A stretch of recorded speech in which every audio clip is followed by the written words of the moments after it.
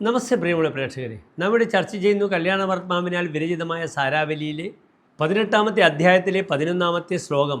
പഞ്ചഗ്രഹയോഗ നിരൂപണമാകുന്നു നാം ചർച്ച ചെയ്യുന്നത്. ഇവിടെ പഞ്ചഗ്രഹ യോഗത്തിൽ വരുന്ന ഗ്രഹങ്ങൾ 2 പാപഗ്രഹങ്ങളും 3 ശുഭഗ്രഹങ്ങളുമാണ്. ശുഭഗ്രഹങ്ങളിൽ ബുധനും വ്യാഴവും ശുക്രനും, പാപഗ്രഹങ്ങളിൽ സൂര്യനും ചൊവ്വയുമാണ് വരുന്നത്. ഈ യോഗത്തിൽ ജനിക്കുന്ന ഒരു വ്യക്തിയുടെ സ്വഭാവം ഇപ്രകാരമാണെന്ന് ആചാര്യൻ വിശദീകരിക്കുന്നു. പ്രിയമുള്ള പ്രേക്ഷകരെ, ശ്ലോകമാദ്യം ശ്രദ്ധിക്കുക.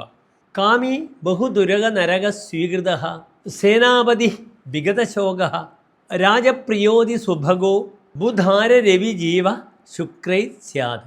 ബുധ ആര രവി. ബുധൻ എന്നാൽ നിങ്ങൾക്കറിയാം. ആരൻ എന്നാൽ ആരാകുന്നു? ചൊവ്വയാകുന്നു. ഇവിടെ ബുധനും ചൊവ്വയും, പിന്നീട് സൂര്യൻ, പിന്നീട് 2 ആചാര്യഗ്രഹങ്ങളായ ഗുരുവും ശുക്രനും.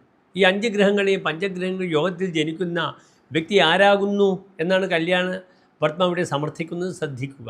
അത്തരത്തിലുള്ള വ്യക്തി കാമിയാകുന്നു, നല്ല കാമത്തോടു കൂടിയ ആളാകുന്നു. കാമം അസ്യസ്ഥിതി കാമി എന്ന് പറയും. അദ്ദേഹം കാമാസക്തനാകുന്നു, കാമകലകളിൽ താല്പര്യമുള്ള വ്യക്തിയാകുന്നു.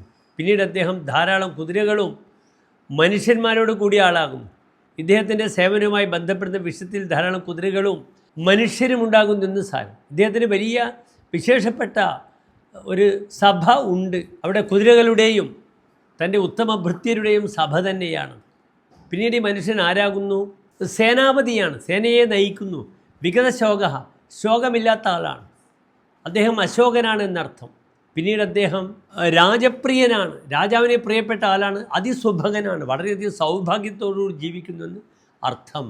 നല്ലൊരു യോഗമാകുന്നു ഈയൊരു പഞ്ചഗ്രഹയോഗം. സുയോഗമാകുന്നു. നമസ്തേ.